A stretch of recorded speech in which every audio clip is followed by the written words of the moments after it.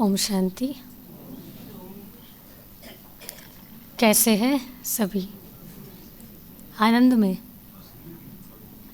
अच्छा, तो आज तो हमारा 3rd डे है ना। 3 दिन में आपने बहुत कुछ नया नया जाना है ना। वैसे तो पता ही था मेजॉरिटी पॉइंट्स तो, पर फिर भी उसको प्रैक्टिकल में कैसे लाया जाए, है ना। प्रैक्टिकल, क्योंकि डेली रूटीन में हम सारी चीज़ें प्रैक्टिकल नहीं कर पाते, तो कुछ ऐसे तरीके हैं और हमारी कुछ ऐसी हैबिट्स है जिसको थोड़ा सा चेंज करने से हमारी इस प्रकृति में परिवर्तन आ सकता है ना।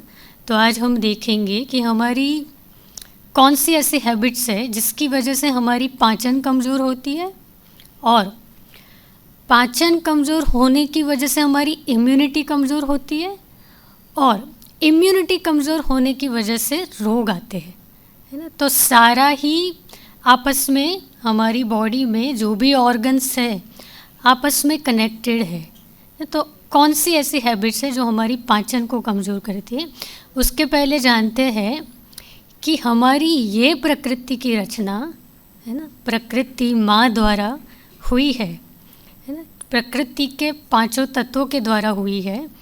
तो वो 5 तत्वों का अपना आपस में कनेक्शन क्या है। तो जल तत्व से स्टार्ट करते हैं ना।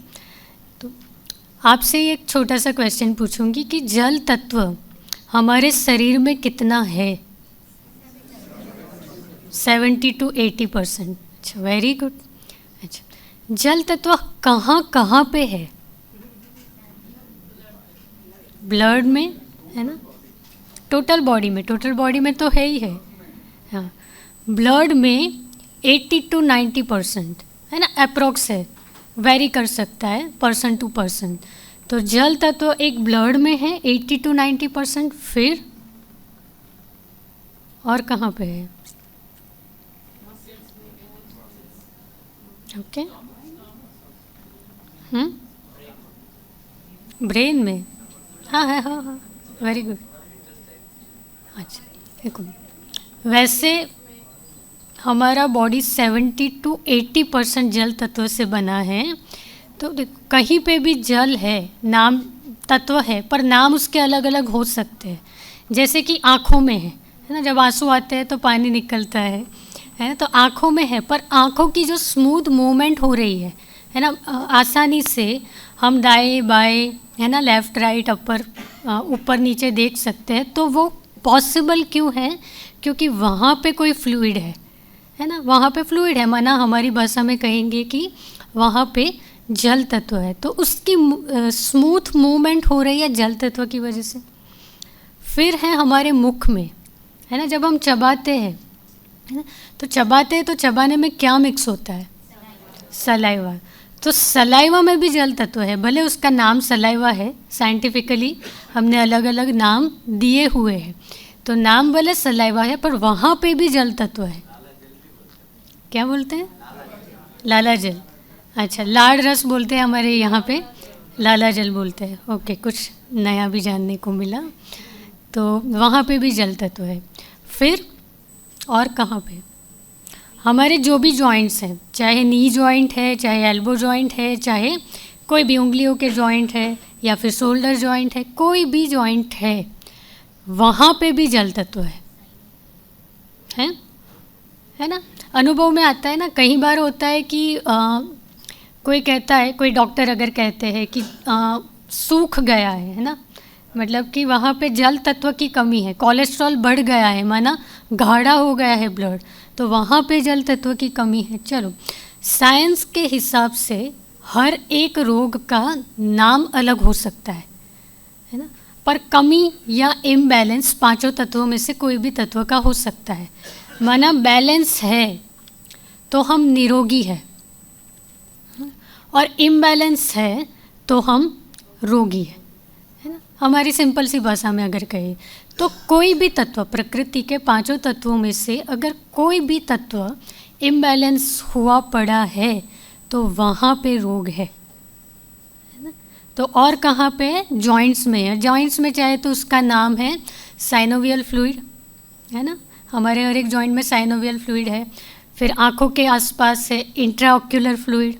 फिर हमारी स्पाइन में है ना, स्पाइन की स्मूथ मूवमेंट आपको एक्सरसाइज में कराते हैं ना, टेढ़ा मेढ़ा ऊपर नीचे सब कुछ हिला के रख देते हैं। तो वो मूवमेंट क्यों पॉसिबल है और स्मूथ मूवमेंट क्यों होती है? क्योंकि वहाँ पे भी जल तत्व है। हमारी स्पाइन में जो फ्लूइड है वो सेरिब्रोस्पाइनल फ्लूइड है, तो वहाँ पे भी जल तत्व है।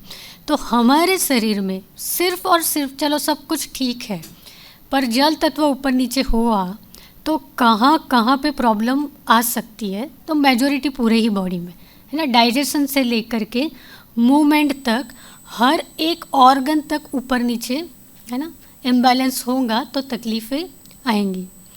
Just a minute, I want a remote of for PPT. Okay, फिर ले लेते हैं भूमि तत्व, है ना। अब भूमि तत्व का क्या इम्पोर्टेंस है? बोन मैरो में, मसल्स में, बोन में ना, हर जगह मेजॉरिटी। हमारा जो ये ढांचा है, पूरा स्ट्रक्चर है, उसको एक डिफाइंड शेप देने के लिए है ना, भूमि तत्व एक इम्पॉर्टेंट पार्ट प्ले करता है। अगर भूमि तत्व अच्छा नहीं है हमारा, तो हमारी हड्डियाँ कमज़ोर है ना, हमारा स्ट्रक्चर ही पूरा कमज़ोर, हमारी जो मूवमेंट है वो टेढ़ी मेढ़ी हो सकती है ना। वहाँ पे हाँ, ऑस्टियोपोरोसिस, ऑस्टियोआर्थराइटिस जैसे रोग आ सकते हैं, कंबाइंड आएंगे। जल तत्व की भी कमी है, भूमि तत्व की भी कमी है।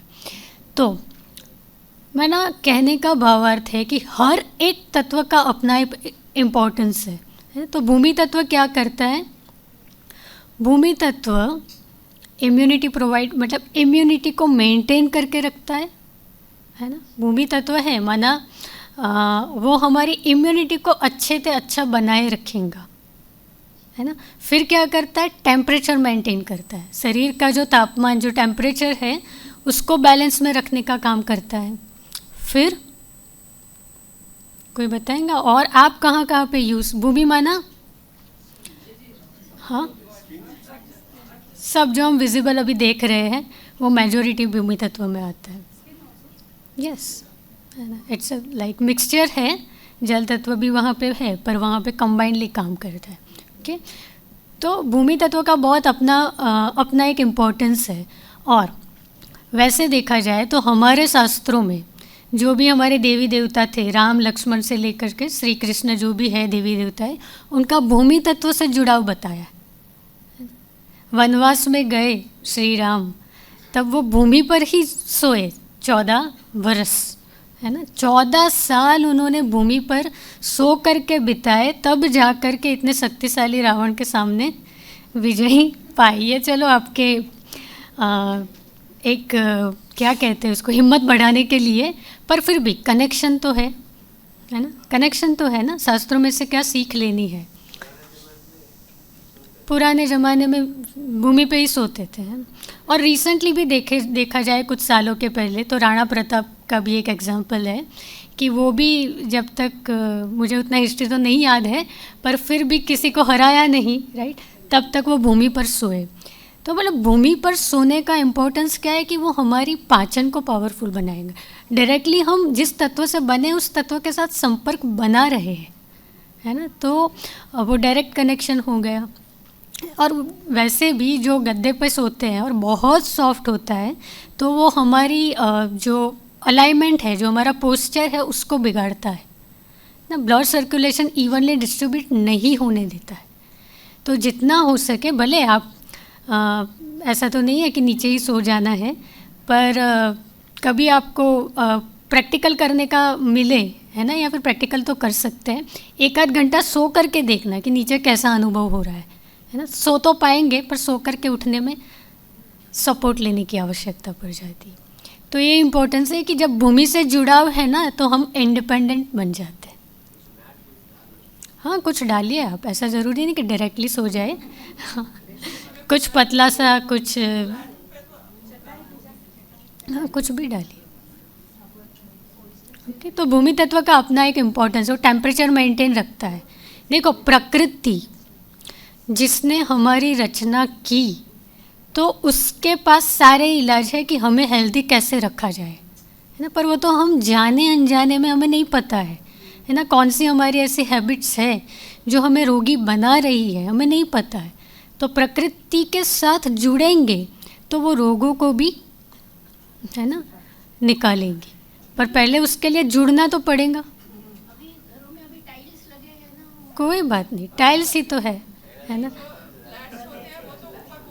भूमि तो मिलना ही मुश्किल है, फ्लोर देखो, भूमि से संपर्क मतलब कि टाइल्स पे हम चलते हैं, चप्पल पहन के चलते हैं मेजोरिटी, है ना। सेंसर लाने के लिए कोई बात नहीं, चल जाएगा, चल जाएगा। ओके, कंफर्टेबल है सभी ऐसे, ओके। को कहने का भाव है कि जब हम दिन भर में भी हमारा रूटीन, हमारी लाइफस्टाइल अगर हम चेक करें कि हमारी लाइफस्टाइल क्या है, सुबह उठे, है ना, घर में ही है पर फिर भी चप्पल या स्लीपर पहन के रखते हैं, है ना। क्लास में गए, शायद एक आध घंटा निकाला, फिर ऑफिस में गए, ऑफिस वाले चप्पल पहने या शूज़ पहने, वॉक करने गए तो फैंसी वाले शूज़ पहने, कुशन वाले शूज़ पहने। तो कहने का भावार्थ है कि घर में है, भले वो टाइल्स है, वो पत्थर से ही बनी है, तो चप्पल निकाल के भी थोड़ा एक आध 2 घंटा चलने का अभ्यास कर सकते, तो वहाँ पे जुड़ा हुआ है ना। वहाँ पे भले पैर गंदे हो रहे हैं, है ना, पैर गंदे हो रहे हैं, हम धो कर आएंगे, 2 बार और पानी के संपर्क में आ जाएंगे, तो वहाँ पे भी प्रकृति के साथ हम संपर्क बना रहे हैं, है ना। वो कुछ भी हो सकता है, तो है ना, इतना तो कर, मतलब लाइफस्टाइल में हम क्या चेंज ला सकते हैं, हमारी कौन सी ऐसी हैबिट्स है कि जैसे कि पूरा दिन चप्पल पहन के या फिर पूरा दिन सॉक्स पहन के रहे तो पसीना होना है ना, चप्पल पहन के रहे तो उसमें प्लास्टिक है ना, मेजोरिटी रबर रहता है, तो फिर पसीना एब्जॉर्ब भी नहीं होगा, तो फिर कहाँ से डिटॉक्स होगा। इसीलिए जितना हो सके खुले में चलने की प्रैक्टिस दिन में 1 आध 2 घंटा आप कर सकते हैं। फिर आता है अवकाश और वायु तत्व।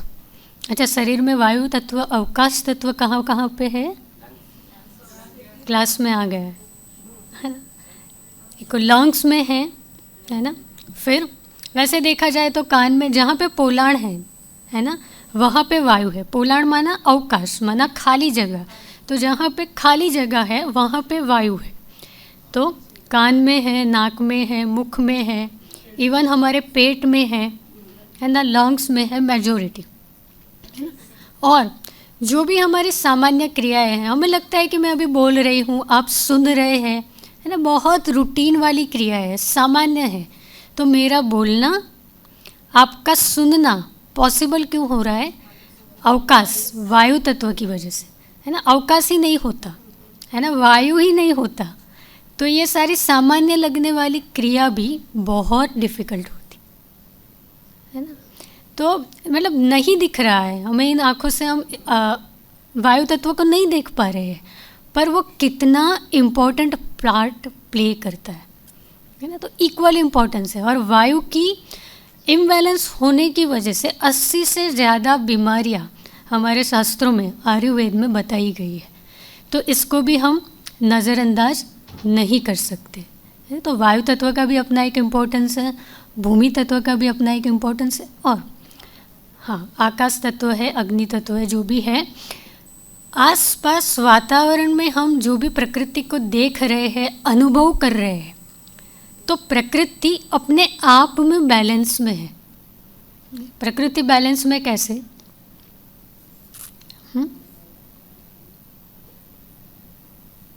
नेक्स्ट, प्रकृति बैलेंस में कैसे? देखो, इसमें दिखाया जा रहा है कि अर्थ का जो गोला, पृथ्वी का जो गोला है, वो कवर है पूरा 70 to 80% पानी से। तो सेम हमारा बॉडी भी उसी परसेंटेज में है, थोड़ा बहुत आगे पीछे हो सकता है। तो बाह्य प्रकृति में जो है ना, वही हमारी इस आंतरिक प्रकृति में है ना। बाह्य हम जो इस आँखों से देख रहे हैं प्रकृति में, वही प्रकृति हमारे को चला रही है। तो प्रकृति अपने आप में बैलेंस में। कैसे? जैसे कि अगर हमने स्थान बदला, अभी हम हैदराबाद में हैं, सपोज़ हम जा रहे हैं कश्मीर, वहाँ पे ठंडा वातावरण होगा, राइट। ठंडा वातावरण होगा तो पानी की ज़रूरत हमारी नेचुरली ही कम हो जाएंगी, क्योंकि वहाँ के वातावरण में ऑलरेडी वो तत्व भरपूर है। हम जो सांस ले रहे हैं, हम जो सांस छोड़ रहे हैं, वहाँ पे नमी है, इसलिए पानी की हमें उतनी कमी नहीं आएगी, पर भूख लगेगी, है ना। तो स्थान बदलते हैं, उस हिसाब से हमारी रिक्वायरमेंट भी बदलती है। आप सबने अनुभव किया, स्थान बदला और हमारी रिक्वायरमेंट बदल गई। फिर स्थान बदला और हम, क्योंकि प्रकृति के पांचों तत्वों से ही हमारा शरीर बना है, तो उसको एडजस्टमेंट में कुछ समय लगता है। कुछ लोग को 1 दिन लगेगा, शायद 2 दिन या 3 दिन में तो फिर हमारा ये शरीर सेट हो जाएगा, है ना। पर वो जो सेट होने में समय लगता है, हम घबरा जाते हैं कि बुखार आ गया या फिर वॉमिटिंग हो गई या फिर डायरिया हो गया। तो ये सारे सिम्टम्स है ना, एडजस्टमेंट के सिम्टम्स है ना कि बीमार होने के। हाँ, तो प्रकृति को हमेशा एडजस्टमेंट में थोड़ा सा समय देना पड़ता है ना। वो एडजस्ट कर लेंगी, पर हमें उसको थोड़ा सपोर्ट देना होता है। तो हम कोई भी, जैसे कि 40, 45, 50 सालों से हम जो कुछ भी खा पी रहे हैं, है ना, उसमें अचानक से हम बदलाव लाएंगे, है ना। फ्रूट खाएंगे, सूप पिएंगे, सैलेड है, सब्जी है, जो 40-50 सालों में आज तक हमने उतना नहीं किया है ना, और कर रहे हैं। अचानक से भोजन में बदलाव आया तो हमें इस प्रकृति को भी थोड़ा सा समय तो देना पड़ेगा, है ना, उस बदलाव को स्वीकार करने के लिए। सपोज़ हम भी जगह छोड़कर कहीं और जगह रह रहे हैं, तो हमें हफ्ता, 10 दिन, 15 दिन, बहुत करके 1 आध महीना तो लग जाएगा एडजस्टमेंट में। तो जब भी हम अपने सिस्टम बदलते हैं, है ना, नेचर में परिवर्तन लाते हैं, तो हमेशा जो अंदर दबी हुई चीज़ें हैं वो बाहर आती है। दबी हुई चीज़ें बाहर आती है, माना उसको एक धक्का लगता है और अंदर जो कुछ भी है वो बाहर आएंगे। चलो इसको एक छोटे से एग्जाम्पल के साथ समझते हैं। सपोज़ मेरे पास एक पानी का ग्लास है या फिर चाय का ग्लास है, ओके। मुझे अगर किसी ने पीछे से धक्का दिया तो क्या होगा? पानी गिर जाएगा। अब पानी क्यों गिरा? क्योंकि इम्बैलेंस हो गया, किसी ने मुझे धक्का दिया, है ना, मेरा बैलेंस नहीं रहा और पानी गिर गया। यह है एक रीज़न। अच्छा, उसका दूसरा रीज़न ये भी तो है ना कि क्योंकि उस ग्लास में पानी था इसलिए पानी गिरा, है ना। सपोज़ उस ग्लास में चाय होती तो चाय गिरती, और उस ग्लास में अगर और कुछ होता तो काढ़ा होता, कुछ भी, पर गिरता सही। तो हिला, धक्का लगा इसलिए गिरा ऐसा नहीं है, पर उसके अंदर कुछ था, है ना, इसलिए गिरा। तो हमारे इस शरीर में भी अगर टॉक्सिन्स है ना, मल लेकर के हम बैठे हैं, कचरा है, कचरा कोई भी स्वरूप में हो सकता है ना, और अगर धक्का लग जाए, आपको महीना, 2 महीना, 6 महीना नेचुरोपैथी कराया जाए, है ना, और कोई ना कोई अगर चीज़ उभर करके आती है तो क्यों आएंगी? क्योंकि वो थी, है ना, वो हमारे सिस्टम में थी टॉक्सिन के स्वरूप में, इसीलिए वो उभर करके बाहर आती है ना। तो नेचुरोपैथी करने से हम बीमार नहीं होते, वो तो हाँ, थोड़ा सा सहन करना है, थोड़ा एडजस्टमेंट करना होता है। वो जो होगा वो अपने आप बाहर आएगा, कुछ नहीं होगा तो कुछ नहीं आएगा, और जो कुछ भी होगा वो अपने समय पर बाहर आएगा। कई लोग ऐसे होते हैं कि हमारे पास आते हैं, 14 दिन रुकते हैं, 21 दिन रुकते हैं। कई लोगों को हम 1 महीना, 2 महीना तक रोकते हैं, तब कुछ नहीं होता है। फिर घर जाते हैं, 2-3 महीना, 4 महीना रिपोर्ट कराते हैं, फिर कुछ उभर करके आता है। तो क्या हुआ कि हमारी बॉडी ने एडजस्टमेंट में कुछ ना कुछ संकेत दिए, कुछ ना कुछ जो वेस्ट था वो बाहर निकाला, फिर हमें लगता है कि नहीं ये इसकी वजह से हुआ, तो ऐसा नहीं होता है। क्योंकि प्रकृति हमारी माँ है, तो माँ कभी भी दुख नहीं दे सकती, दुख नहीं देंगी ना, वो सहन करेंगी, वो सहन करेंगी करेंगी करेंगी, पर कब तक? कोई है तो सहन करेगा तो कब तक? जैसे हमारे गुजराती में एक कहावत है कि पाप का गड़ा, शायद हिंदी में भी है ना, भरेगा तब फूटता है ना। तो ये तो भाई सीरियसली इतना नहीं लो, पर ये समझने के लिए है कि रोग अंदर दबे हुए हैं, अंदर छिपे हुए हैं, फिर वो अचानक पॉप करके, है ना, अचानक बाहर आएंगे, तब हमें लगता है कि कल रात तो ठीक थे, आज तो बीपी बढ़ गया या हार्ट अटैक आ गया। तो कोई भी चीज़ है ना, रोग है तो अचानक नहीं आता है, उसको आने में समय लगता है ना, समय लगता है। हम 40 साल से, 50 साल से, 60 साल से खाते आए हैं, है ना, तो रोग को आने में 50 साल लग गए, है ना, रोग को आने में 50 साल लग गए भी, उसको निकालने में 14 दिन, 21 दिन या 50 दिन तो देने होंगे ना। एग्रीड है ना। तो कहीं कहीं को अभी कंसल्टेशन ही चल रहा था, तो हम सजेस्ट करते हैं कि भाई आप वैसे तो जिसको डाइट से ठीक है, रूटीन से ठीक है, वो तो अपने हिसाब से कर सकते हैं, पर जिसको ज़रूरत ही है ना, जेन्युइनली, तो उनको हमने सजेस्ट भी किया है कि आप एक बार समय निकाल कर के आ जाइए। तो समय निकाल कर, पर जब बढ़ जाए तब नहीं, है ना। कोई भी चीज़ जब बढ़ जाती है और हम फिर नेचुरोपैथी करने जाते हैं तो वहाँ पे वो ज़्यादा समय लेती है रिकवरी में। पर कोई चीज़ बढ़ने से पहले ही कर लेते हैं ना, तो वो चीज़ कम तीव्रता से आती है, आएंगी शायद अपने समय पे आएंगी, पर उतनी तीव्रता से नहीं आएंगी। तो बढ़ जाने से पहले हमें हमारी इस सिस्टम को ठीक कर लेना है। ओके, तो आगे बढ़े। तो पानी देखो, अभी तो स्लाइड चालू हो गई है, तो पानी से टेम्परेचर मेंटेनेंस, है ना, पूरे बॉडी का टेम्परेचर मेंटेनेंस, फिर जो भी हम खाते पीते हैं उसमें से जो भी विटामिन मिनरल्स है उसका एब्जॉर्प्शन, उसका ट्रांसपोर्टेशन और हार्मोनल ट्रांसपोर्टेशन, तो ये उसका फंक्शन हो गया। फिर हमारी जो इंटरनल क्लीनिंग है ना, वो भी पानी पे ज़्यादा मैटर करती है। तो यूरिन का जो एक्सक्रीशन है, माना यूरिन का त्याग है, फिर पसीने द्वारा हमारी सफाई, माना हमारे बॉडी की सफाई।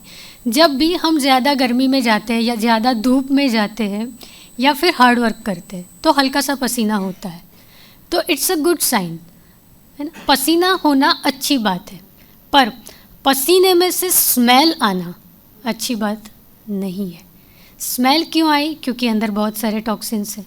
तो पसीना हो रहा है, माना शरीर हमारा अच्छे से काम कर रहा है, शरीर टेम्परेचर को मेंटेन करने का प्रयत्न कर रहा है ना, तो पसीना हुआ, बहुत अच्छी बात है। पर पसीने में से बदबू आ रही है, मतलब कि हमारा बॉडी एक साइन दे रहा है कि अंदर बहुत गंदगी हो चुकी है, उसकी सफाई भी उतनी ही ज़रूरी है। ओके ओके,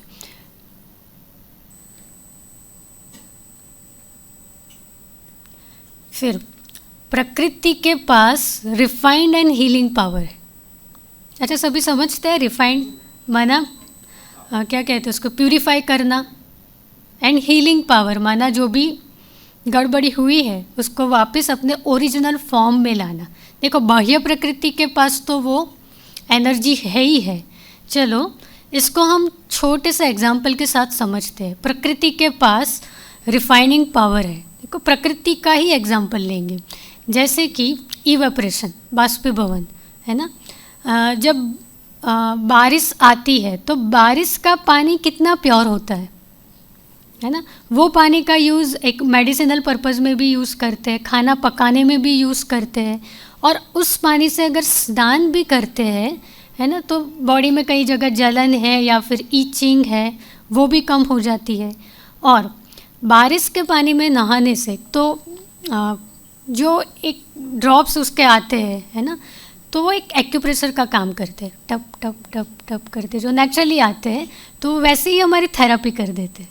तो प्रकृति के पास natural healing and refined power है ना। जो पानी, समंदर का पानी वैसे कैसा होता है? खारा।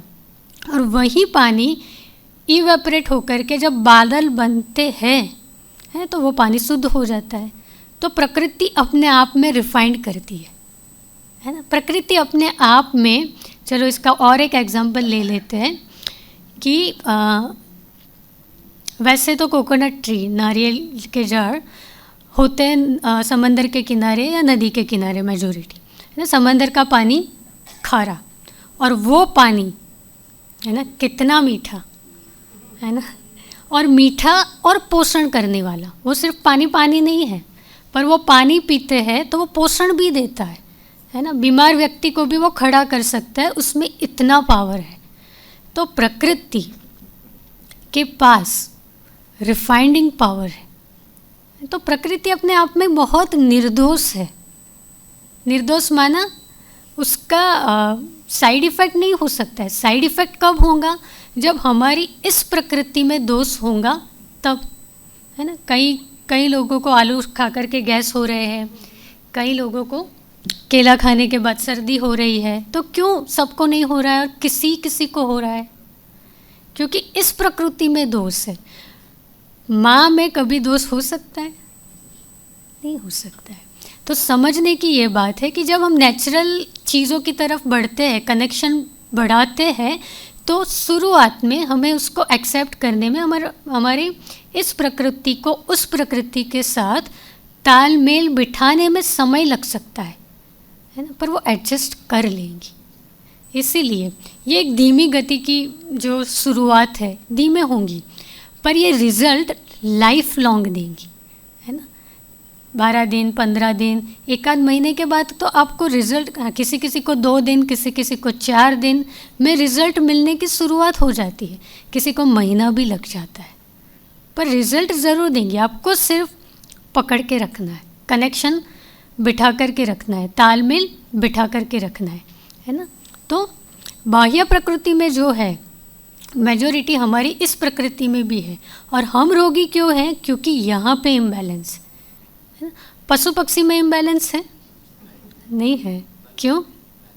बैलेंस है ना। हम उठ करके चाय, कॉफ़ी या फिर ये जो भी अपना पोहा नाश्ता वगैरह बनता है वो खा लेंगे, पर आसपास की प्रकृति में आप देखो, आसपास वातावरण में जो भी जीव है उसको देखो। चलो बंदर का ही एग्जांपल ले लेते हैं। वो क्या खाएगा? केला खाएगा, है ना, फल खाएगा, है ना, और वो ऐसे ही हेल्दी है ना। बंदर, मुझे उतना तो एग्जैक्टली पता नहीं कि उसकी आयु कितनी है, पर कितना भी बूढ़ा हो जाए उसको चश्मे नहीं लगेंगे और हमें कभी भी लग सकते हैं।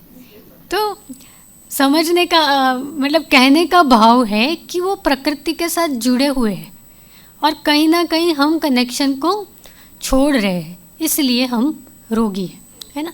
तो प्रकृति की जो देन है, जो भी फल है, जो भी सब्जियां हैं, जो भी पत्ते वाली सब्जियां हैं, या फिर जो भी रूट वेजिटेबल है ना, उसमें जल तत्व की कोई कमी नहीं है। मेजॉरिटी उसमें जल तत्व ज़्यादा है, और हमारा बॉडी 70 to 80% जल तत्व से बना है। तो हमारे भोजन की थाली, है ना, हमारी प्लेट कैसी होनी चाहिए, उसका पोर्शन कैसा होना चाहिए? उसमें मेजॉरिटी हरी सब्जियां, पत्ते वाली सब्जियां, है ना, फ्रूट्स, है ना, वेजिटेबल्स ज़्यादा हो, दाल हो, है ना, और अनाज कम से कम हो। उसको मोटे तौर पे देखा जाए तो 80-20 का बैलेंस होना चाहिए। 80-20, 80% होना चाहिए सब्जियां, फ्रूट्स, स्प्राउट्स, है ना, और 20% होनी चाहिए अनाज, जो पका हुआ अनाज है। उसमें सब कुछ आ गया, मिलेट्स भी आ गए, गेहूँ चावल भी आ गया, है ना, राइस भी आ गया। तो पका हुआ अनाज जो है 20% होना चाहिए। और सब्जियां है, आप उसको सब्जियां छौंक लगा करके दो, सैलड के रूप में ले लो आप, फ्रूट तो है मॉर्निंग में लेना है। तो कुल मिला करके थ्रू आउट डे, पूरे दिन भर में हमें 80-20 का बैलेंस रखना है ना। क्योंकि बहुत सारों के सवाल रहे डाइट ये सेशन में कि ये कितना खा सकते हैं, ये पका करके लेना चाहिए, कच्चा लेना चाहिए। तो इन जनरल है ना कंसेप्ट क्लियर करते हैं। 80% नेचुरल है ना, जो पकी हुई चीज़ें हैं, माना प्रकृति ने जो पका करके दिया है। जैसे अभी सुबह के सेशन में दिया, प्रकृति अगर आम दे रही है ना, तो उसको देने में कितना समय लगता है? हाँ, 5 से 6 महीना लग जाता है ना। जब वो बीज को ज़मीन में बोते हैं, उसको नेचुरल सूर्य प्रकाश मिलता है, नेचुरल वो ज़मीन में से पानी लेती है, उसको शुद्ध हवा मिलती है ना, बीज को शुद्ध हवा पानी मिलता है, तब जा कर के वो बड़ा होता है, उसके ऊपर मोर आना स्टार्ट होते हैं, फिर वो धीमी गति से पकते हैं। धीमी गति से माना सूर्य का जो ताप है ना, वो धीमी गति से उसको पकाता है, तो वो नेचुरली ही इजी टू डाइजेस्ट हो जाएगा है ना, वो पचने में समय नहीं लेगा। पर हम जो पकाएंगे है ना तेज़ आंच पे या जल्दबाजी में है ना, 2 से 3 घंटे में, मैक्सिमम 3 घंटा लगेगा हमें पकाने में। तो जो प्रकृति की देन है उसको पकने में, नेचुरली पेड़ पे या पौधे पे पकने में समय लगता है 1 महीने से लेकर के 4 से 5 महीने तक का, और हम जो पकाते हैं उसमें बहुत करके 2 से 3 घंटे का समय लगे। तो दोनों में अंतर है। जो जितना जल्दी पकता है उसको पचने में उतना ही ज़्यादा समय लगता है, और वो जो धीमी आंच पे पकता है, चाहे वो नेचुरली पक रहा है चाहे हम घर में पका रहे हैं ना, खुले बर्तन में पका रहे, जो धीमी आंच पे पकता है, जो धीमे पकता है, उसको कम समय लगता है ना। तो प्रकृति कितनी निर्दोष कि उसने बनाया है ना। फल है तो हमें क्या करना है, बहुत करके छील के काट करके खाना है। तो बना बनाया हमारे पास वो दे रही है, हमारी थाली तक आ रहा है, और हम उतनी भी मेहनत नहीं कर रहे उसको खाने की। अगर हमारे पास वैरायटी हो खाने में, तो हमें पहले क्या चूज़ करना चाहिए, क्या पसंद करना चाहिए? फ्रूट्स है ना। बंदर का एग्जाम्पल हमने लिया कि उसको कुछ पड़ा होगा तो पहले केला लेगा या पहले फ्रूट लेगा। तो देखो, पशु पक्षियों का जो कुछ भी है वो बहुत बैलेंस में है, क्योंकि नेचर के साथ जुड़े हुए हैं। वो माना इजी टू डाइजेस्ट है, वो खाते हैं, प्रकृति के साथ संपर्क बनाए रखते हैं, तो वैसे ही हेल्दी है। पर हमारा कनेक्शन कहीं ना कहीं पे छूट रहा है ना, इसलिए हम अनहेल्दी हो जा रहे हैं। फिर प्रकृति के पास हीलिंग पावर है। हीलिंग पावर कैसे? सपोज़, चलो इसको भी एक एग्जांपल के साथ समझते हैं। हम डॉक्टर के पास गए, अगर हमें फ्रैक्चर हुआ है ना, या तो कुछ हुआ है तो डॉक्टर स्टिच लेंगे या फिर फ्रैक्चर लगाएंगे। फ्रैक्चर माना वो प्लास्टर लगाएंगे। तो क्या होता है, हम हमारी मूवमेंट को रेस्ट्रिक्ट करते हैं, मूवमेंट कम कर देती है। तो वहाँ पे हम कोई ग्लू या स्टिक लगा करके उसको जॉइन करने नहीं जाते। वहाँ पे क्या होता है, हमने मूवमेंट को बंद किया तो वो अपने आप ही जुड़ता है। हमने क्या किया, हमने सिर्फ समय दिया है ना, समय दिया उसको जुड़ने के लिए। स्टिच लिए डॉक्टर ने, तो स्टिच पे क्या हुआ, दोनों चमड़ियों को साथ में ला करके सिल दिया, जैसे हम सिलते हैं है ना। तो वहाँ पे भी क्या हुआ, हमने हफ्ता 2 हफ्ते का समय दिया और प्रकृति ने अपना काम कर लिया। तो समझने की बात है कि जब भी हम प्रकृति को समय देंगे है ना, और उसने दिया हुआ है वो नेचुरल फॉर्म में लेंगे या फिर नेचुरल फॉर्म में पकाएंगे, तो वो हमारा हीलिंग करेंगी है ना, रिपेयरिंग करेंगी। अंदर जो कुछ भी कमी है उसको दूर करेंगी, जो कुछ भी इम्बैलेंस पड़ा हुआ है, बना हुआ है, उसको दूर करेंगी। तो समझने की ये बात कि भूमि तत्व पर हमने ले लिया। भूमि तत्व से हमारी इम्यूनिटी मेंटेन रहती है, और भूमि तत्व से कनेक्शन बनाए रखने में एक आज सुबह ही क्लास में बात हुई है ना, कि एक हार्मोन है डोपामिन, जो हमें जो कुछ हम खाते हैं क्रेविंग वाला, या फिर सुगरी फ्रूट्स है या फिर सुगरी थिंग्स है जिसमें कार्बोहाइड्रेट्स है, तो वो डोपामिन रिलीज़ करता है। चलो हमने हार्मोन को नहीं देखा है, पर मिट्टी में खेलते हैं है ना। तो वो हमारी इम्यूनिटी को बढ़ाता है और सेरोटोनिन हार्मोन है वो भी एक खुशी का हार्मोन वो रिलीज़ करता है। तो मिट्टी वाला जो काम करते हैं, गार्डनिंग करते हैं, है ना, वो ऐसे ही कनेक्शन में है ना। तो वहाँ पे हमारा प्रकृति के साथ जुड़ाव है तो वो भी अपना काम करेंगे। फिर अच्छा, हमारे यहाँ तपोवन में आसपास में बहुत सारे गांव हैं जो एकदम मतलब आदिवासी टाइप के लोग रहते हैं, है ना। वहाँ पे उनको साइंस के बारे में उतनी जानकारी नहीं है। तो वहाँ पे क्या करते, बिच्छू है या सांप ने डंक मार दिया है तो नेचुरली वो गीली मिट्टी लगा लेंगे। तो गीली मिट्टी क्या करती है, वो जहर को भी एब्जॉर्ब कर लेंगी। तो उसमें इतना पावर है ना। मुल्तानी मिट्टी आप सबने चेहरे पे या फिर स्किन पे कहीं ना कहीं लगाई है। तो मिट्टी का क्या पावर है कि वो विषैले तत्व, है ना, जो जहरीले तत्व है या फिर टॉक्सिन कहे, उसको एब्जॉर्ब कर लेती है। तो आफ्टर ऑल प्रकृति के पांचों तत्व हमारी इस प्रकृति को बैलेंस में बना करके रखते हैं। ओके,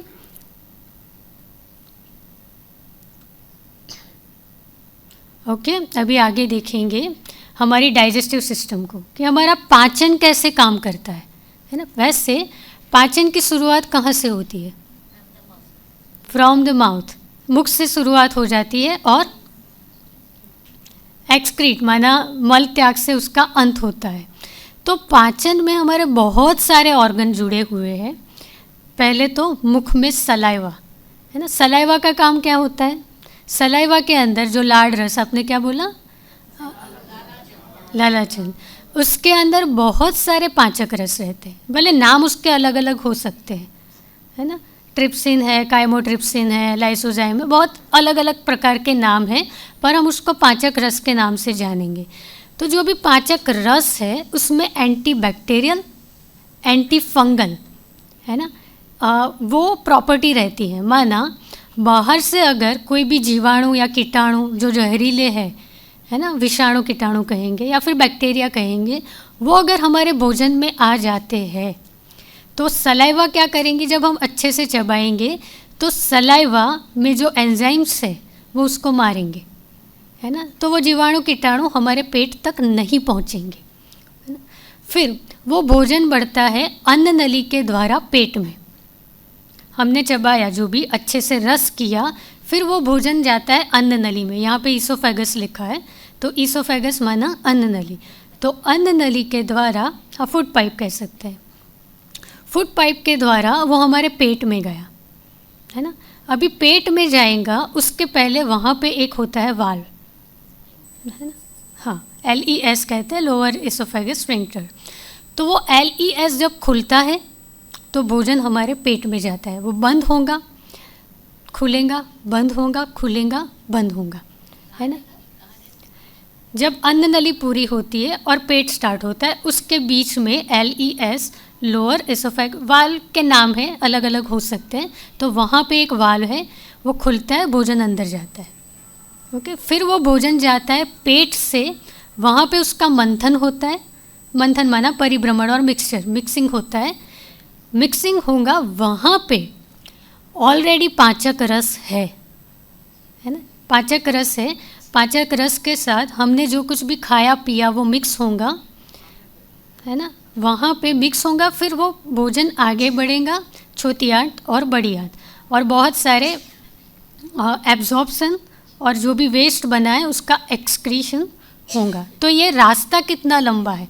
चलो, ये इमेज इसलिए ली है कि हमने जो कुछ भी भोजन लिया तो हमारी आंतों में से पास होगा। तो आंतों की लंबाई वैसे तो वेरी करता है पर्सन टू पर्सन, उम्र के हिसाब से, है ना, हमारी कामकाज के हिसाब से वेरी करता है।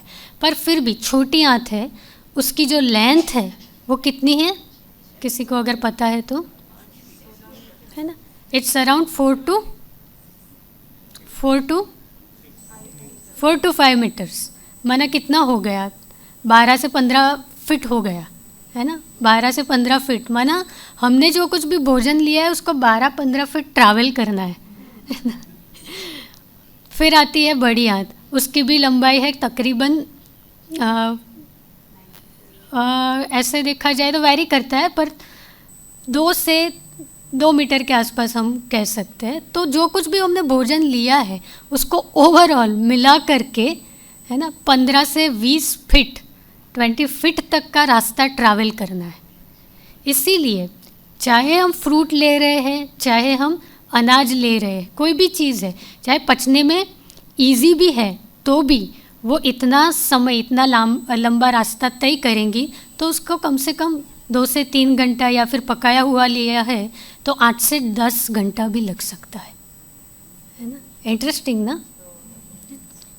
चलो आगे बढ़ते हैं। तो पाचन तो हमने देख लिया, पर पाचन को इफ़ेक्ट करने वाली आदतें, मतलब पाचन को कमज़ोर करने वाली आदतें, उसमें हम शुरू करेंगे पानी से। तो पानी पीने का हमारा तरीका कैसा होना चाहिए? जिस तत्व से, जिसका मैक्सिमम रोल है ना, 70 to 80% पानी है, वो पानी को हमें किस तरह से पीना चाहिए? तो घुट घुट करके पीना है। फिर जितनी प्यास है उतना ही पानी पीना। क्यों? हाँ, जितनी प्यास है उतना ही पानी, क्योंकि पानी को भी एब्जॉर्ब होने में समय लगता है ना। ऐसा तो नहीं है कि डायरेक्टली वो यूरिन थ्रू जितना एब्जॉर्ब होना था हो गया और डायरेक्टली यूरिन थ्रू निकल गया, नहीं। पानी भी पिया है तो जैसे आपको एक्सरसाइज में बताया जाता है कि अगर कपालभाति करना है तो कम से कम आप आधे से 1 घंटे का गैप रखिए, अगर आपने पूरा पानी ग्लास भर के पिया है तो, क्योंकि वो एब्जॉर्ब होगा, है ना, और फिर ब्लड में मिलेगा तो उसको भी एब्जॉर्ब होने में समय लगता है। तो हमेशा पानी घूट घूट करके पीना है। अगर हम जल्दबाजी में पीते हैं तो जितनी रिक्वायरमेंट है हमारे शरीर की उससे हम ज़्यादा पी लेंगे। हो सकता है ना ऐसा, सीधा गए डायरेक्टली आरओ में से पानी लिया या फिर मटके में से लिया और फटाफट पी लिया, तो जितनी ज़रूरत थी उससे कहीं ज़्यादा पी लिया, तो वहाँ पे भी हमारे डाइजेस्टिव जो जूसेस है वो डाइल्यूट हो जा रहे हैं, है ना। कई बार ऐसा होता है कि पानी पी करके भी भूख मर रही है, होता है ना, सबका कहीं ना कहीं पे भी अनुभव होगा। तो क्यों? क्योंकि हमने हद से ज़्यादा पी लिया है।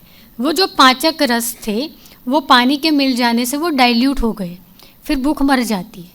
इसीलिए घूट घूट करके जितनी प्यास है उतना ही पानी, और भोजन के तुरंत बाद पानी नहीं पीना है, और भोजन के ठीक पहले भी पानी नहीं पीना है। यहाँ भी सेम हो गया, भोजन के तुरंत पहले और तुरंत बाद में पिएंगे तो जो पाचन की क्रिया ऑलरेडी अंदर चल रही है ना, उसमें डिस्टर्बेंस आएगा, वो पाचक रस डाइल्यूट होंगे, है ना। फिर हमें लगेगा कि गैस हो गया है ना, या फिर बॉब्स आ रहे हैं, माना डकारें आ रही है, या फिर एसिडिटी हो गई है, क्योंकि हमने जो कुछ भी भोजन खाया पिया उसको पर्याप्त समय ही नहीं दिया मिक्स होने के लिए, एब्जॉर्ब होने के लिए, और हमने तुरंत पानी पी लिया। इसीलिए हाँ, प्यास लगती है अगर बीच में रूखा सूखा खा रहे हैं, वैसे तो नहीं खाना है रूखा सूखा, पर अगर कभी कभार खा लिया तो 1-2 घूंट पी लिया तो चल जाएगा, बट आइडियली अवॉइड करना चाहिए। और पीना ही पड़ रहा है तो हल्का सा गुनगुना ले सकते हैं, ओके। और भोजन के बाद पीना है तो कम से कम 1-8 घंटे का आपको गैप रखना है। ये डिपेंड करता है कि हमने क्या भोजन लिया है, कितना लिया है। फिर है बहुत गर्म और बहुत ठंडा पानी पीना, बहुत गर्म पानी पी लिया, सुबह उठते ही गरम गरम पानी पी लिया, या फिर गर्मी है तो फ्रीज में से निकाल करके हमने ठंडा ठंडा पानी पी लिया, है ना। अब कहेंगे सिर्फ पानी ही तो है ना। हाँ, चाय तो पीनी ही नहीं है काढ़ा पीना है ना, यहाँ पे बहुत अच्छा बनाते। हाँ, चलो आपके क्वेश्चन लिख लेना, अभी शाम के सेशन में लेंगे। तो बहुत गर्म और बहुत ठंडा, मतलब टेम्परेचर जो डिफरेंस आता है ना, एकदम उबला हुआ गरम गरम, वैसे तो हम नहीं पी सकते, मुंह जल जाएगा, पर हम फ्रीज में से निकाल करके जो पानी पी रहे हैं तो उसका टेम्परेचर कितना होगा मे बी 6 to 8 डिग्री और बिलो 10 डिग्री सपोज। और हमारे शरीर का तापमान कितना रहता है? 37 डिग्री, राइट। तो कोई भी चीज़ पचानी है ना, हमारे शरीर को अगर स्वीकार करनी है ना, तो पहले उसको एडजस्ट करना होगा अपने टेम्परेचर पे। तो कई बार हम ठंडा ठंडा पानी पी लेते हैं तो हमें अच्छा लगता है, पर अच्छा होता नहीं है ना। तो कहने का भाव है कि जब ये टेम्परेचर बहुत डिफरेंस पड़ जाता है, एक होता है 10 डिग्री, एक है 37 डिग्री, तो वहाँ पे हमारी बहुत सारी ऊर्जा खर्च हो रही है, और खर्च नहीं कहूँगी, वेस्ट हो रही है। तो वेस्ट हुई माना हमारी इम्यूनिटी कम हुई, हमारा पाचन कम हुआ। तो एक छोटी छोटी हमारी हैबिट है जहाँ पे हमारी पाचन कमज़ोर हो रही है, और कमज़ोर होने की वजह से फिर रोग आ रहे हैं, है ना। तो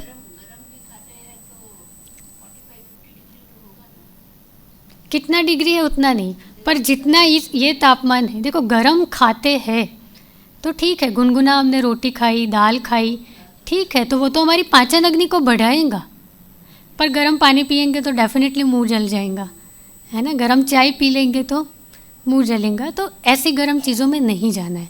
पर हमने गरम गरम खाना खाया तो वो हमारी पाचन अग्नि को प्रदीप्त रखेगा, मतलब बनाए रखेगा। ओके, तो टेम्परेचर मतलब बहुत ठंडा ना कुछ खाना है ना पीना है। कोल्ड ड्रिंक्स वगैरह तो वैसे भी हम नहीं लेते, नहीं लेते, वेरी गुड। ओके, पाचन खराब होने के और भोजन के कारण, तो बिना भूख के बार बार खाना, भूख से अधिक खाना, है ना, भूख से अधिक आहार लेना, बासी भोजन लेना और अधिक तला भुना खाना, बहुत सारे कारण हैं। तो बिना भूख के भी बार बार खाते हैं ना, तो आज जो पहले हमने भोजन लिया था वो पचा नहीं, आधा पचा, और हमने ऊपर से मिक्स किया, है ना, मिक्स किया तो वो पचेगा।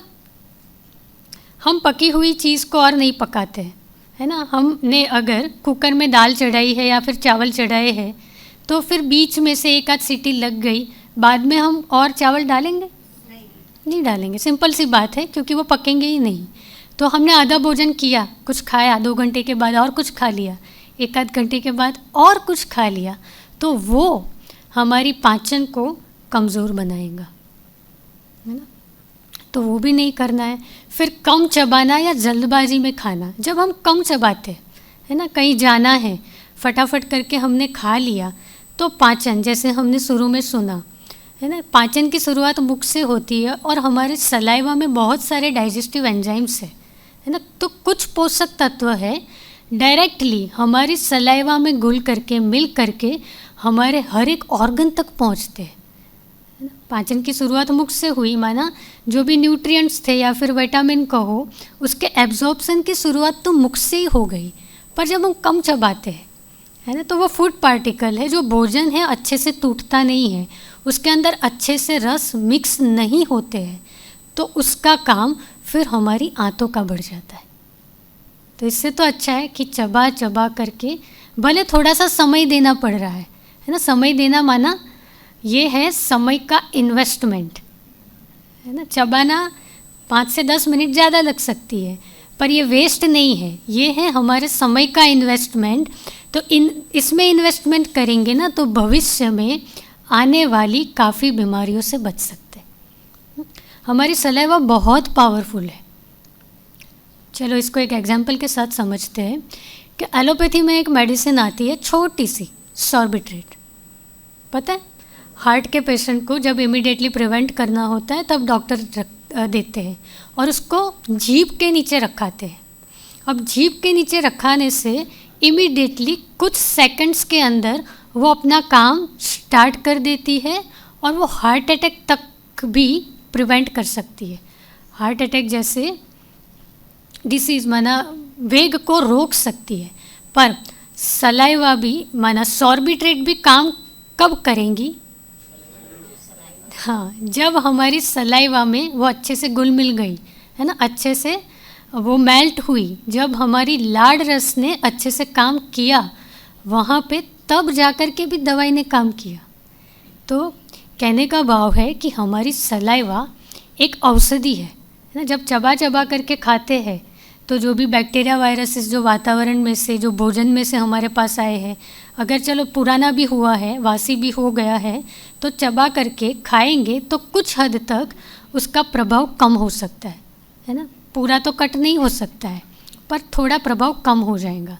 तो यहाँ पे चबा चबा करके देखो, हर एक क्लास में आपको बताया जाएगा कि जो कुछ भी भोजन लेते हैं उसको चबा करके रस करके लेना है ना, रस करके पीना है और पानी को खाना है। फिर आता है अधिक तला भुना और मसालेदार भोजन और वासी या ठंडा भोजन। चलो बासी भोजन हम लेते हैं, अच्छा लेते हैं, सुबह लेते हैं। हाँ, मतलब तरीके बहुत सारे अलग अलग हो सकते हैं, है ना। फ्रीज में एक बार हमने, चलो सपोज़ आज हमने बना करके रख दिया, आज खा लिया, बच गया या फिर ज़्यादा बनाया था, फ्रीज में रख दिया, दूसरी बार निकाला, गरम किया माइक्रोवेव में, फिर खा लिया, हो सकता है बच गया, रख दिया, फिर खा लिया, ऐसा नहीं होता है तो बहुत अच्छा है। हाँ, मतलब कोई भी चीज़, हाँ, कोई भी चीज़ बार बार गर्म करने से उसके अंदर की जो भी न्यूट्रिएंट वैल्यू है, जो भी विटामिन है ना, जो भी एंटीऑक्सीडेंट्स है या जो भी मैक्रोमोलेक्यूल है, माइक्रोमोलेक्यूल साइंस की भाषा में उसके नाम अलग हो सकते हैं, वो कम हो जाएंगे, है ना। पकी हुई चीज़ को हम और नहीं पकाएंगे, एक बार सब्जी बन गई है, दूसरी बार उसको पकाएंगे तो उसके अंदर की न्यूट्रिएंट वैल्यू है वो कम हो जाएंगी।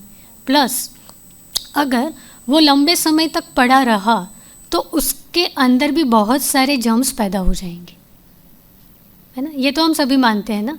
चलो ये भी ऐसी बात हुई जैसे ऑक्सीजन नहीं दिख रहा है ना, उस तरह से ये भी जर्म्स या बैक्टीरिया वायरसेस हमें आँखों से नहीं दिखाई देंगे, पर क्योंकि वो जो भोजन बासी भोजन है ना, छाया दीदी ने बहुत क्लास में बताया कि जो गूंदा हुआ आटा है या फिर जो चावल है, या चावल तो हमेशा थोड़े से चिकने रहते हैं, तो ऐसी चीज़ों में बैक्टीरियल ग्रोथ या फिर जो भी जीवाणु हैं वो जल्दी से पनपते हैं, जल्दी से ग्रो करते हैं, इसीलिए चावल का तो मना ही करते हैं कि नहीं खाना चाहिए।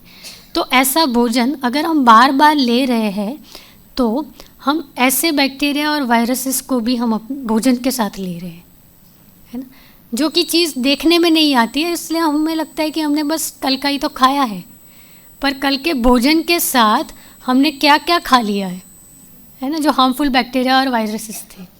फिर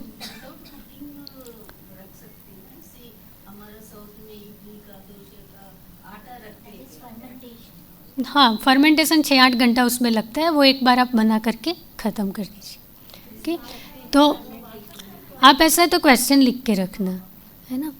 तो जब हम ऐसी बासी चीज़ें बार बार खाते हैं तो हमारे अंदर बहुत सारे ऐसे बैक्टीरिया और वायरसेस जाते हैं, फिर वो अंदर जा कर के ग्रो होते हैं।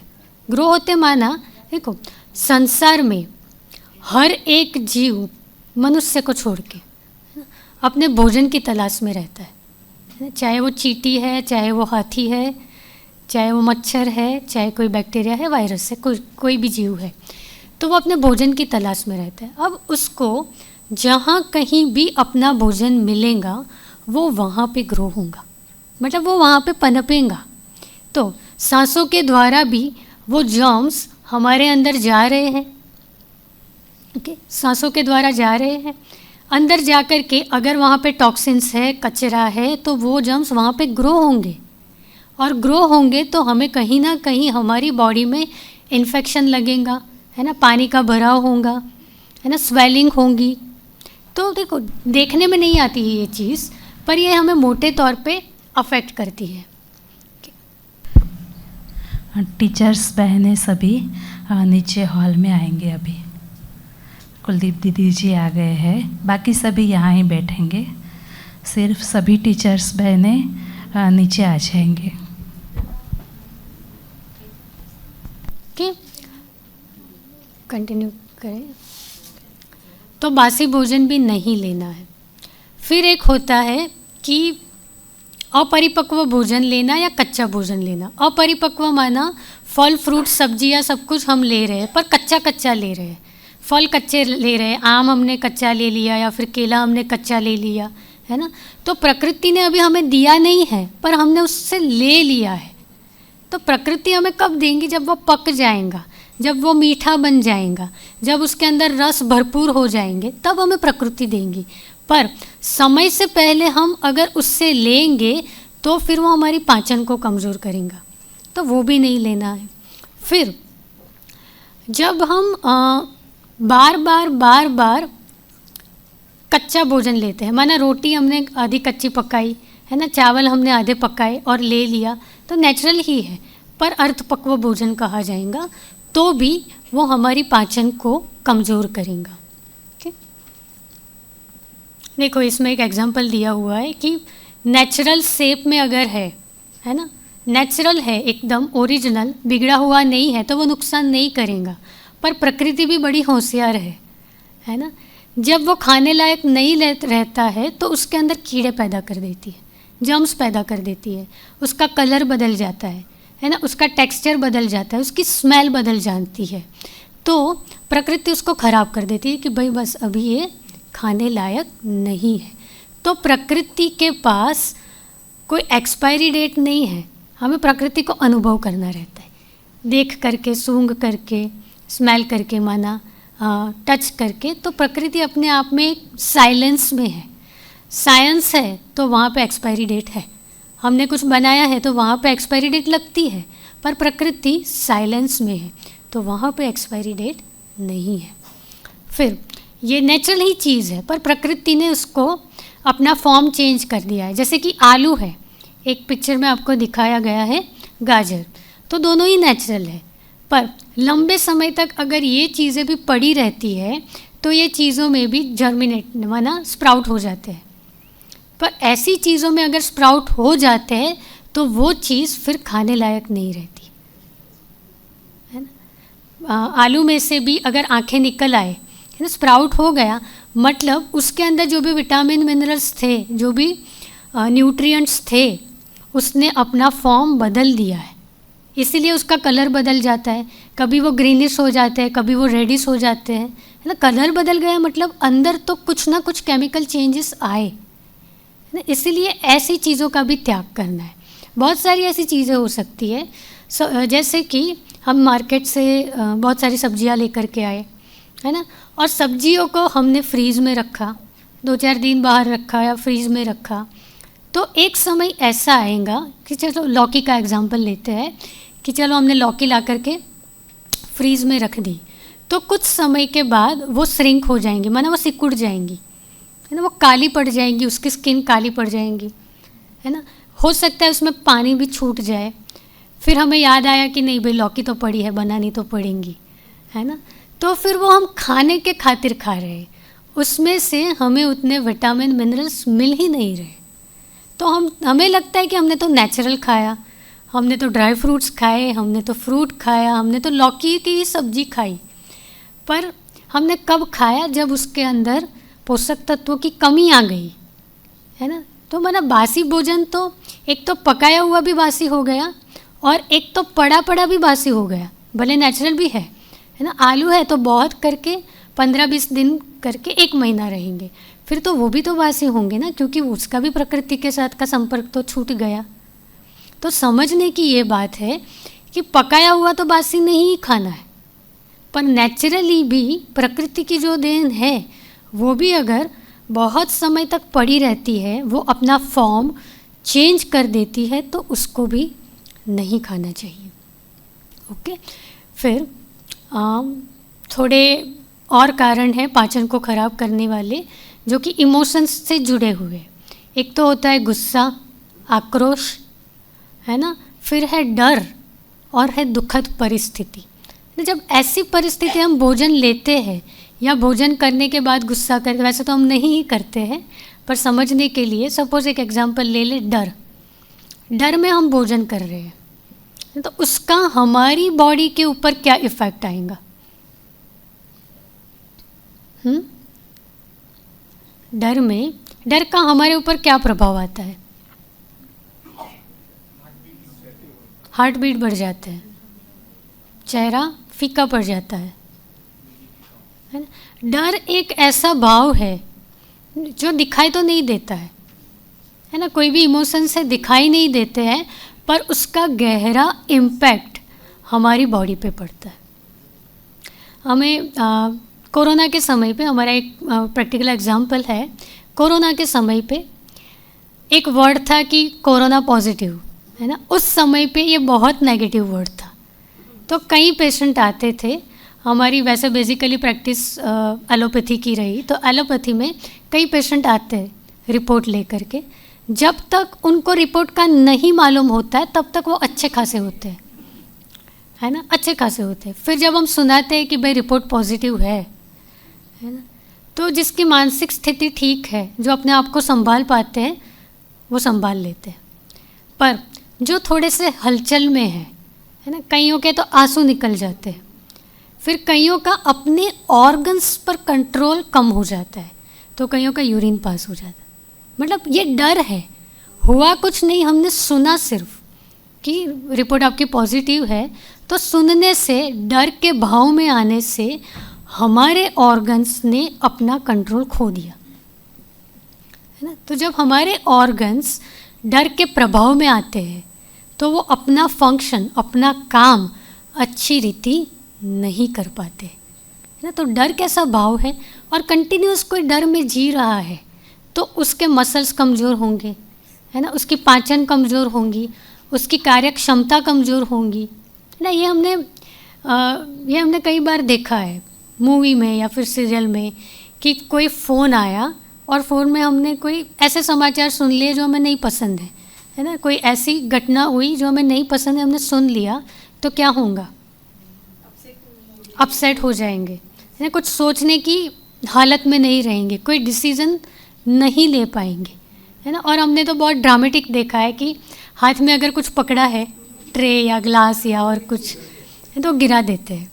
तो गिरा देते हैं मतलब जानबूझ के तो नहीं गिरता है, पर वो वाइब्रेट करने लग जाते हैं, है ना। तो क्योंकि वहाँ पे हमारे मसल्स ने, है ना, वो पावर खो दिया डर के भाव में आ जाने से, है ना। तो डर हमारी पाचन को प्रभावित करता है। तो ऐसी परिस्थिति में भी भोजन त्याग करना चाहिए, है ना। दुखद परिस्थिति में भी कोई अगर किसी ने शरीर छोड़ा है तो मेजॉरिटी पहले के ज़माने में भोजन नहीं पकाते थे। तो वो तो दो रीज़न है, एक तो किस स्थिति में उसने शरीर छोड़ा है, हो सकता है बीमार हो करके, तो फिर वहाँ पे ना बनाना अच्छा है, क्योंकि वहाँ पे बहुत सारे जर्म्स वगैरह का वातावरण बन गया है। और ऐसी परिस्थिति में हमारी मानसिक मनोस्थिति भी ठीक नहीं होती है, तो ऐसे विचार में भी हम भोजन बनाते हैं। तो उस विचार में ना भोजन बनाना है ना करना है, वो तो हम जानते ही। ओके, तो यहीं पूरा करते हैं। फिर ऐसा जो भी रह गया है शाम के सेशन में ले लेंगे।